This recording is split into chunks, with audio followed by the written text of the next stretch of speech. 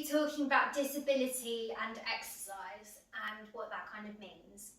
So disability can be anything from having asthma to not being able to walk because of arthritis or an amputated leg or a hip replacement. Disability just basically means the prevention of functioning, and there are so many people out there with disabilities that prevent them from exercising. So that's kind of the topic that we'll be discussing today.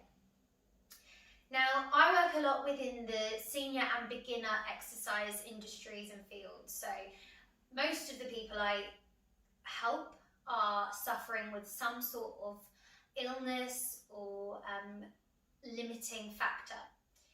Now, I can't be specific with what and use examples today as much as I'd like to, because there is such a broad variety of limiting factors that can affect somebody's ability to exercise.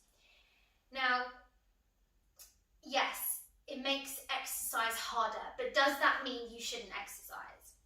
Does that mean it's time to give up? No, the opposite.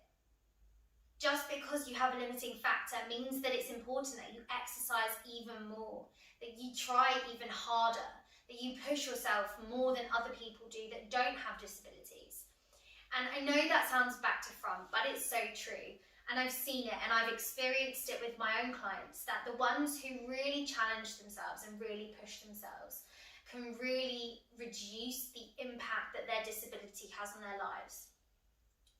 Now, I think disability is a very taboo word, which it shouldn't be. It's something that should be used and that should be normal, and we should be used to talking about it.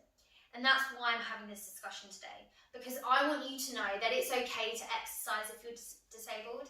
You don't have to be like, oh, I'm disabled, which means I can't exercise. And you also shouldn't feel like because you're disabled, people won't let you exercise, because you should, you need to, and you are going to help your health by exercising and moving more. It doesn't mean that you probably won't be able to do the same things as other people. You will be able to do the majority of things just on a modified basis. So, for example, if you can't do a squat because you can't stand, we're going to do the reverse. We're going to kick forward. And we're still using the same muscles that we would use in a squat. The quads, the hips. If you can't do an overhead press because you can't get your arm above your head, let's do a lateral raise. We're still using the muscles that are important. All muscles are important, but we're using them in a different way, in a modified way that suits your own ability and capabilities of movement. So, I want you to go away and know that you can exercise, that it is possible for you to exercise and that you should be exercising. And if anybody else tells you otherwise, they're wrong. You shouldn't be listening to them.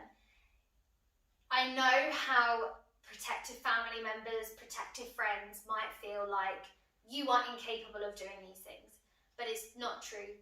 You can do anything you set your mind to. Look at Captain Tom. Look at all of the Paralympians out there that are competing at an incredible level. Yeah, we're not Paralympians, okay? We're not athletes. We're just your average Joes and Janes. But it's important that you know that you can do more with your body, and the human body is incredible. And it has the potential to do some amazing things. So I don't want your mindset to prevent you from exercising and moving. Now, I'm not saying let's go and compete in a 10K run. I'm saying let's get moving. Let's walk for 2 minutes a day. Let's lift up heavy things for 5 minutes a day. It doesn't matter what you're doing as long as you're moving. I hope that's inspired you to move a little bit more, to get a better kind of motivation and drive to exercise, and help you realise that you can do it, and if you want to and you really put your mind to it, you can achieve some amazing things. Thank you for listening. I hope you're enjoying the 4-week challenge. Make sure that you are following it and following along.